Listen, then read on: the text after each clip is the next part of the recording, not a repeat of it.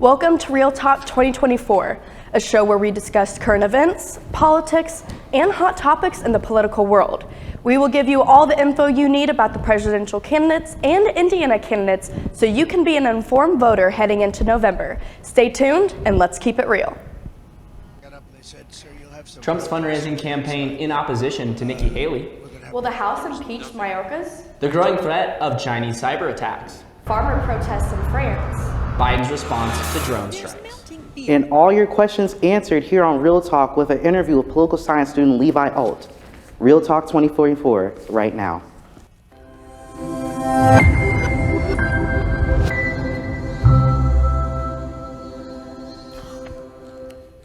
Welcome to Real Talk 2024. I'm Kendall Pearson. And I'm Sam Gailey. Trump is trying to attract mega donors for his presidential run. This is due to Nikki Haley launching a fundraiser party of her own in the coming weeks. She plans to hold 13 money-raising events across the country before the South Carolina primary next month. Trump is reeling in his candidates by personal phone calls, motorcycle rides, and meals at his private club. Nikki Haley is Trump's last remaining rival for the GOP nomination. Trump and his managers issued a statement saying that Haley has no path to the Republican nomination. Haley says she feels confident that she will be able to close the gap between her and Trump before the primary in her home state. Trump is set to dine with more than 24 of the party's biggest check writers on Thursday evening in Palm Beach, Florida, home of millionaire investor John Paulson. The push to impeach U.S. Homeland Security Secretary Alejandro Mayorkas over his handling of the border crisis is heating up. The push to impeach U.S. Homeland of Defense Secretary Alejandro Mayorkas over his handling of the border crisis is heating up. The Republican-led House Homeland Security Committee is marking up articles of impeachment against the secretary today. Republican Mark Green of Tennessee accused Mayorkas of willfully and systematically refusing to comply with federal immigration laws. He added that the results at the southern border have been catastrophic. Democratic Congressman Benny Thompson of Mississippi said there's no evidence the secretary has broken the law or violated the Constitution. A vote on the House floor could come as soon as next week, but the controversial move would make Mayorkas the first cabinet secretary to be impeached in nearly 150 years. Here's what Speaker of the House Mike Johnson had to say. Moms and dads, brothers and grandmothers, all of us are losing loved ones to a drug that is being smuggled across the border in droves. It's a parent's worst nightmare, of course, burying a child. And sadly, because of our open border, more and more parents are having to experience that unspeakable tragedy. That leads the American people to ask a very important question. And it is one that we've been asking on this side of the aisle for a long, long time. Where in the world is Secretary Mayorkas on all of this? He is the Secretary of the Department of Homeland Security. It's his responsibility to prevent these harmful drugs from flowing into our country and to secure that border. And he's done nothing of the sort. FBI Director Christopher Wray is expected to testify before the House Select to warn about the growing threat of Chinese cyber attacks against the United States. Wray and other government officials are set to testify in front of the House Select Committee at 11 a.m. for the hearing titled The Chinese Community Party Cyber Threat to the American Homeland and National Security. Wray is also expected to say that today and literally every day, Chinese hackers are actively attacking our economic security, engaging in wholesome theft of our innovation and our personal and corporate data. And they don't just hit the security and the economy, they target our freedoms, reaching inside our borders across America to silence, coerce, and threaten our citizens and residents. Wray will add to his testimony. Wray previously testified in April that FBI agents are outnumbered by at least 50-1 when it comes to attempting to address the threat China poses to critical infrastructure through its cyber hacking practices, and said Beijing has stolen more personal and corporate data from the U.S. than any other nation. Farmers in France have been blocking key roadways and highways around the country in protest. The farmers are angry about falling incomes, red tape, and environmental policies they said undermine their ability to sustain the farming lifestyle. In this video, you can see these farmers going up against French tanks on the A1 freeway in France. In response to these protests, the French government has deployed about 1,500 troops internally to try and calm these protests. Around the EU, there has been similar situations and protests around farming. This is the final battle for farming. It's a question of survival, said Carline Duke, a farmer in southwestern France, as she spoke with Agence France news agency. President Biden is vowing to retaliate against militants backed by Iran, who the U.S. says was responsible for a drone strike that killed 3 U.S. soldiers on Sunday. Jen Sullivan sheds light on what the U.S. leaders are saying and what could lead to more escalation. The conflict in the Middle East escalating after the U.S. says Iran-backed militants launched a deadly drone attack, killing 3 U.S. soldiers and injuring more than 40 others. Our thoughts and prayers continue to be with them. The attack happened Sunday in Jordan on a U.S. military base at Tower 22. The Pentagon says U.S. troops were stationed there to support the, quote, lasting defeat of ISIS. President Joe Biden vowing to retaliate. When asked if he blames Iran, he had this to say. I do hold them responsible in the sense that they're supplying the weapons to the people who did it. Tehran has denied responsibility for the attacks. Now, many U.S. leaders are trying to determine how to respond. We certainly don't want to warn Iran. This is a very dangerous situation that has spread beyond Gaza already. Any action the U.S. takes could further impact the Israel-Hamas war and broaden tensions it has sparked in the Middle East. The administration has a lot to think about here to avoid escalating this into a larger regional conflict. That's not something that that the United States wants to get into right now. While it's unclear what exact response the U.S. will take, the Pentagon said this Tuesday. While we do not seek to escalate tensions in the region, we will also take all necessary actions to protect our troops, our facilities, and our interests. I'm Jen Sullivan reporting. Coming up next, Derek Jones and I will be interviewing political science student Levi Alt. Stay tuned. How about those Nuggets this year, Jace? It sounds like a chip to me. They ain't going back to back. Ain't no one getting past Boston. They got a super team, man. All right, Jace, check up. This is the last call. Jace and I head-to-head on football, baseball, basketball, and everything UND. Mondays, 6 p.m. UND TV on YouTube and Xfinity Stream Channel 1096.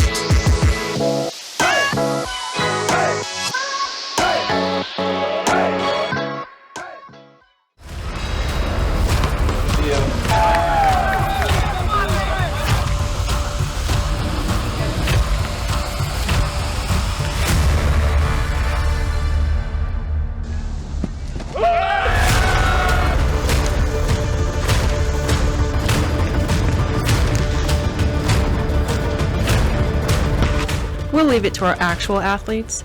Watch UND TV's live sports broadcast on GLVCSN and YouTube.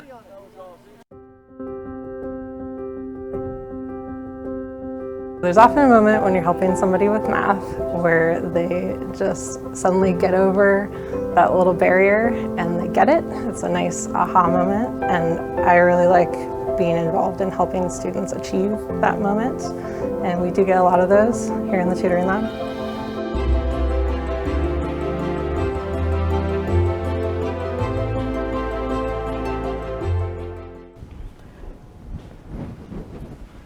Welcome back. I'm Derek Jones, and I'm joined by Levi Alt and Kendall Pearson. And Levi, we're just going to be talking about presidential nominees today. First off, how are you doing today? I'm doing great. It's a pleasure to be here. I'm so luckily to be with two amazing people here. I can't wait to dive into elections and everything American politics today. Yes, thank you for joining us today. I know there is a lot to talk about the presidential nominations. I know I don't know a whole lot about it, so I'm really excited to learn from you because you are a poli-sci student, correct? Yes. Okay, and what year are you? I'm a second-year student here at UND. Go Greyhounds. Okay. And yeah, I major in political science and international relations, and My specialty is really in American politics more than anything, about its foreign policy, domestic policy, elections, and I can't wait to share what I know with you today. So. Okay, cool. Well, we'll go ahead and dive right in. Yeah. Okay, so the first question we have is for the candidates that dropped out of the debates in the presidential primaries, Donald Trump being president, why are they now supporting him? Well, I think a lot has to do with, well, it's a case-by-case basis, really. For Vivek Ramaswamy, a lot of people are, and he has positioned himself to be a Trump loyalist, and from my own type of examination, he's really trying to get himself a position in the Trump administration, kind of like how Pete Buttigieg did in 2020 with Joe Biden when he dropped out after the Nevada primary and endorsed Joe Biden going into South Carolina. And then Pete Buttigieg now is the Secretary of Transportation, And I feel like Vivek Ramaswamy is trying to do the same thing Pete Buttigieg did then. And for other candidates like Tim Scott, I feel like they kind of see the field and they know that and understand that Trump will more likely than not be the Republican nominee. And so it's more about trying to save face than anything. After challenging Trump, trying to win the nomination, and then failing, they know it's better to save face now and instead trying to prop up a candidate that is more likely than not going to lose, like Nikki Haley. Okay, nice. And then with the New Hampshire primary just happening and Donald Trump and Nikki Haley both not being there, because Nikki Haley's saying she didn't want to be there if Donald Trump was not going to show. Is that a new stance in democracy? Is that defining how we see future presidential debates? We just have a choice. Yeah, that's really, this election cycle is really surprising in that sense, because on both sides, with the Democrats and the Republicans, Trump not attending any of the debates, and then Biden not facing any of the serious challenges that he was facing, like early on with Ted Kennedy. And it's really something to be worried about, that candidates are not willing to go into a debate and participate in our democratic process. That's a fundamental of our institutions and our democracy. And it's something to be alarmed about. And with Donald Trump, though, I mean, if you just look at it from a purely strategic point of view, it's perfect, because why would he want to go and potentially open himself up to from attacks by Nikki Haley and challengers when he's winning in the polls by double digits on every candidate, Nikki Haley and previously other candidates that were in the race. So it would truly put him at a disadvantage to enter the debate. Same thing with Joe Biden. Why would he open himself up to be attacked by potential challengers like RFK and Williamson? So honestly, it's a strategic move, which I understand, but it's definitely something to be alarmed about going forward. So. And that was going to be my question: was why wasn't Trump present at these debates? And it makes me wonder, do all of his voters support him in his decision, do you think? Or do you think only some do? Or what do you think on that? So, to the extent that they wouldn't support him going to the debate, I'm not sure it would really matter if for them to go out and vote for him or not. They may say, oh yeah, Trump should have, he should have gone to the debate, he should have done this. But when it comes to the end of the day, when they go into that booth to cast their ballot, they're still going to vote for Donald Trump. Right. So to that extent, does it matter? Maybe. But more importantly, he'll still get the votes nonetheless. So. Okay, thank you. So does Nikki Haley even stand a chance against Donald Trump, since he's basically the candidate? Yeah, it's kind of funny. So right now in South Carolina, Nikki Haley's home state, she is down by double digits. In the national polls, she's polling at 17%, which is, and it's hard to wrap your head around. Trump is leading in the national polls by 50 points. I mean, this is game, set, match over. There's no viable path for Haley, truly, honestly. If she can't even win her own state, it's hard to really try to think that she has the ability to win other states if she can't even win a state that she's from and that she's run elections previously in. So it's almost, there's no pathway after South Carolina that is viable for her. So. Okay. All right. So does that mean we're going to have another Biden versus Trump matchup? Yes, more likely than not, absent of something unexpectedly happen to either Trump or Biden, that is definitely the direction we are going in. And most Americans don't want to see it, but they ended up casting their ballot for those candidates. So yeah, I think it's definitely going to be a Trump-Biden rematch. But I think there's going to be some key differences going into this election than compared to 2020. Right. And what are those key differences? Well, I think there's a couple large things. So when the 2020 election happened, obviously January 6th had not happened yet. And so I truly think that voters that will have that impression of Trump and connotate that with Trump, with his attempt, with some pundits like to call, trying to cite an insurrection, that will definitely be on voters' minds. But at the same time, young people with the Biden's coalition, they are strongly opposed how Biden has handled the Arab-Israeli conflict in Israel. And many young people have said they will not cast their ballot for Joe Biden. And that is something that is extremely concerning because the Democratic coalition is built upon young people, and it depends upon them coming out and voting for their nominee. Even like a 1 or 2% difference can mean huge ramifications in the Electoral College. In a state like Michigan, when with Biden only winning by single digits back in, or a couple thousand votes in multiple states in 2020, even the smallest difference will have huge impacts. So it really just comes down to will Biden get the turnout? Because we know that Trump supporters, they are very loyal. A vote for Trump is a vote for Trump, not against Biden. More likely than not, a vote for Biden isn't a vote for Biden; it's a vote against Trump. So it really is going to come down to the weather that day. Is it nice? Is it so? All those things will have a huge impact, I think, for Biden, and it's going to be and with voters still concerned about the economy and inflation. Even though we see all these indicators that have come out and said, oh yeah, the economy is doing well and stuff, voters still, when they go to the grocery store, they're still concerned about milk prices, they're concerned about eggs, and these are something that when they go to the ballot box come November, they're going to think, okay, during this time, whose candidacy was my life better under? And a lot of voters, they may say, you know what, I know Trump has all these issues, but maybe my pocketbook might be better in 4 years. So. Well, that is what I was going to ask, is like, if Trump is reelected, can he pardon himself from these criminal charges? Because he's facing 96 felony counts? Yeah, and it keeps rising too. Right, yeah. So talk to us a little bit about that. Okay, so it depends on the case. If it's a federal case, he will be able to pardon himself, kind of. Well, one, with him being the president, he'll have immunity just from being president again, so he definitely won't be able to be incriminated while he's in the office. And then, but the main difference is with state prosecutions. He will be open, even while being president, to different lawsuits and litigations that have been opened by states, because a presidential pardon can't exonerate somebody from a state type litigation process. So he will still absolutely be open to lawsuits and appearing before courts and all that stuff if he would to be president, and he'll have to travel to these states and appear in court, and that is definitely a reality that we'll have to face. Yeah. Okay. And another thing too, it's important that he is bleeding money right now too, with all the money. Like, I know many of us have saw that he has to pay out $86 million with a recent defamation lawsuit. And so a lot of the money that he may be getting from donors and stuff can't be spent on ads or whatever the case may be, and that'll be another impact of the election, is how much his legal fees are costing, which is kind of mind-boggling to think about. Yes, I would love to know the exact amount of money of his legal fees with all of the mega donors. Oh my goodness! We were talking about in the newscast. Yeah. Mm-hmm. I was going to say, because on the EFC, the Federal Election Commission, the exact number was 28 million that he was gaining from donors and campaigns. Yeah. So I don't know the exact rules or regulations, but is he able to use that money to help pay off his legal fees?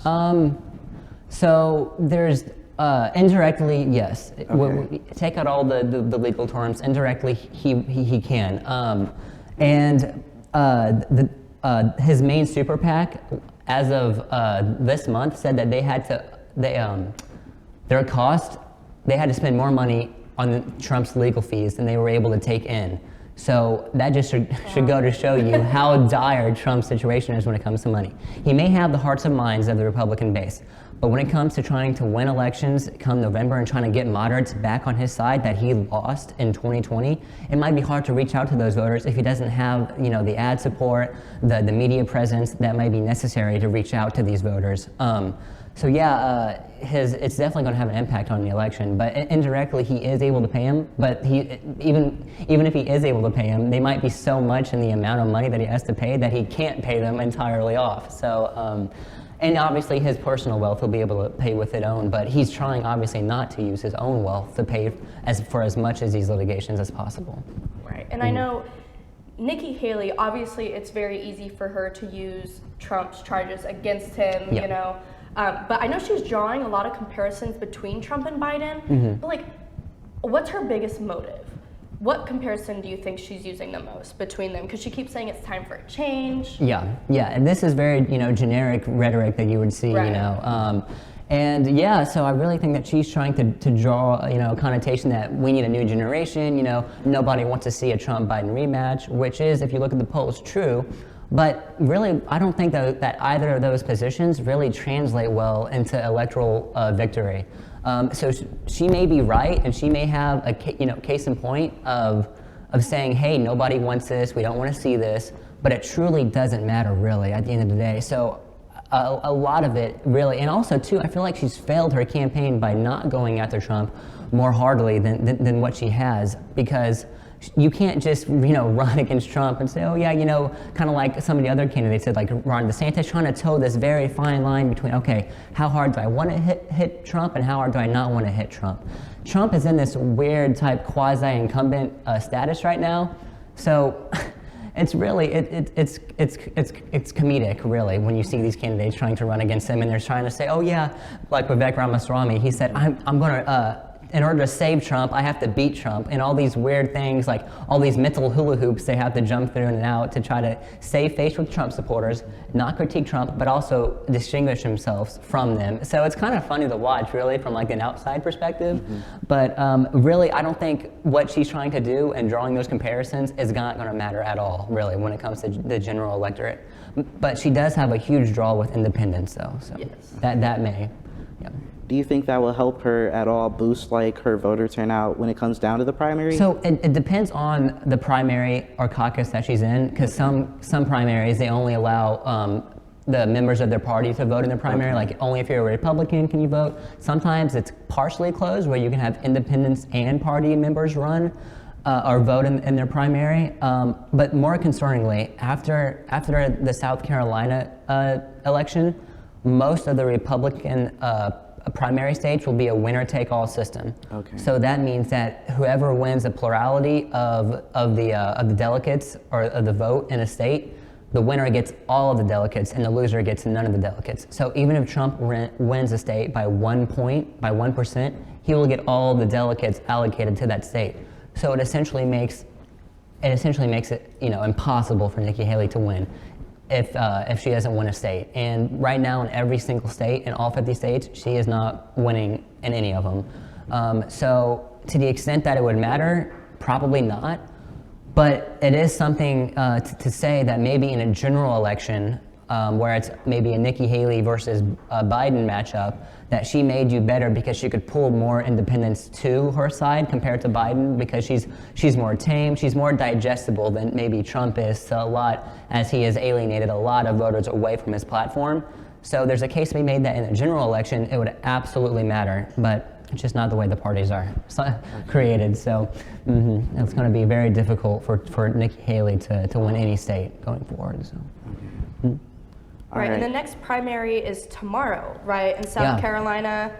All right, the voting is open from 7 a.m. to 7 p.m., so I am very interested as to what's going to happen. This is going to be so fun to watch. I cannot wait. Oh my goodness. Prediction, if we want to go around and give our prediction, I'll say Trump's going to win by definitely double digits. I'll go 12 points.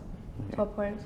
12 points. I don't have a prediction because I don't know how the point system works. Okay, that's okay. Okay, no, that's fine. You're here to teach us, and we definitely learned a lot from you, and we really hope you can come back on the show sometime. Oh my goodness, absolutely. It's been such a pleasure being with you today. Yes, it was a joy to have you. Thank you for having me on. Of course, thank you. All right, stay with us because after this, we're heading back to the desk, and this is Real Talk 2024.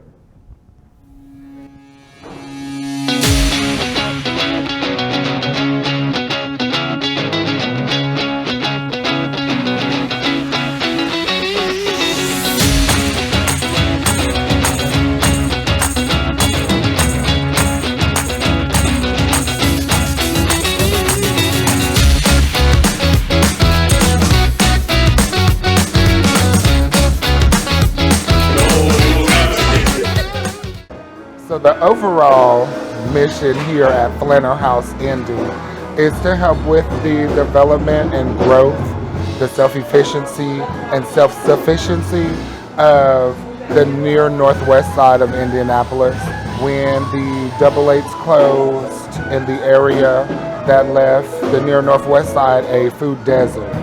So Brandon Cosby, the executive director of Flanner House, started with the Flanner House Farms, where they grow fresh produce organically for the neighborhood around. And then later on down the line, Cleo's came about. So we're here to help with the sustainability of getting fresh food at cheap prices to the locals around. Black owned, Black ran. That's the gist of Cleo's for the most part.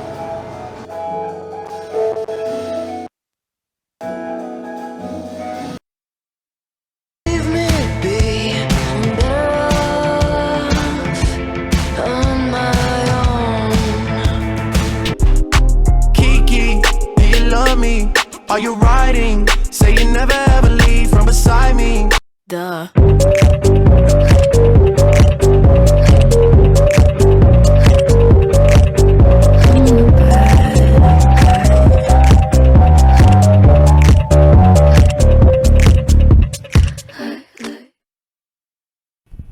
Welcome back to Real Talk. I'm joined by the interviewees, Kendall and Derek, again, as we're going to finish out the show, I guess sort of discussing what we just heard and talked about, at least I heard what you guys talked about. You guys are lucky. But we had an amazing guest, so we're very happy to have him on our first show. I mean, what you guys talked about was really interesting, right? We're having someone sort of, I wouldn't say out of left field, sort of out of the ordinary come and try to challenge Trump for this top spot in the GOP Republican Party.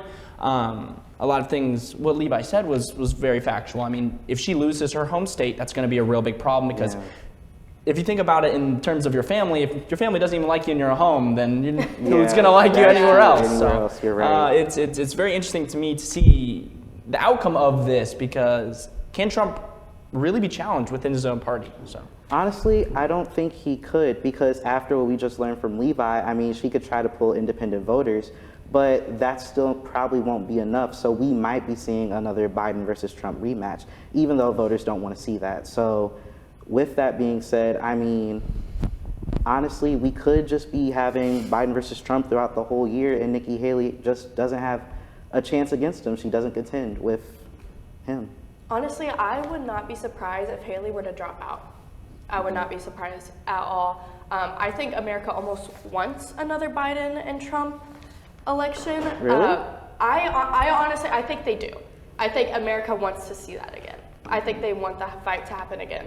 I think especially some things that has Biden done recently, really that is really Gaza, and influence a lot of people's opinions of him. Because I mean, from both sides of that story, I mean, people are being impacted. That what happened in Israel, terrible, should never have happened. But what's happening in Gaza is even worse. And Biden is being forced to sort of tread this fine line between supporting an ally in Israel with stuff that they need, but at the same time, is he sort of allowing some of these atrocities to happen? I think that's really what's swaying some young voters. So do you think that's the issue with the candidates that are going up against Trump, that they're going on this fine line instead of actually just going for it? I think that the people that are going against Trump are so afraid of messing up because Trump is not afraid of messing up, if that makes sense. That does make sense. And because Trump is just so outlandish in some of the stuff he says, and you're like, whoa, what did he just say? But I mean, it's going to be interesting. Because Trump is so outlandish with what he says, from watching the debates that I have watched, I feel like Haley is starting to feel the same way. She's not afraid to say what she means. I think for her being the only woman in the race too, she wants to be spoken of. She's not going to be outspoken. She's going to say what's on her mind. She wants to win it all. And it's impressive that she even made it this far. It is very impressive. impressive. Other person I can think of that made it this far against someone like Trump was Hillary Clinton back in 2016. Yes. So I think it's impressive that she made it this far. I think what Haley's doing right now is sort of setting herself up for the future by putting herself in this position. So that's going to be really interesting for me to see in the future. But also, that's going to wrap up our show. Join us for Last Call coming up on Monday. And my name is Samuel Gailey. I'm Kendall Pearson. Thank you for joining us. And I'm Derek Jones. And make sure you stay tuned for our next episode next Friday at 12 p.m. We'll be covering the gubernatorial election.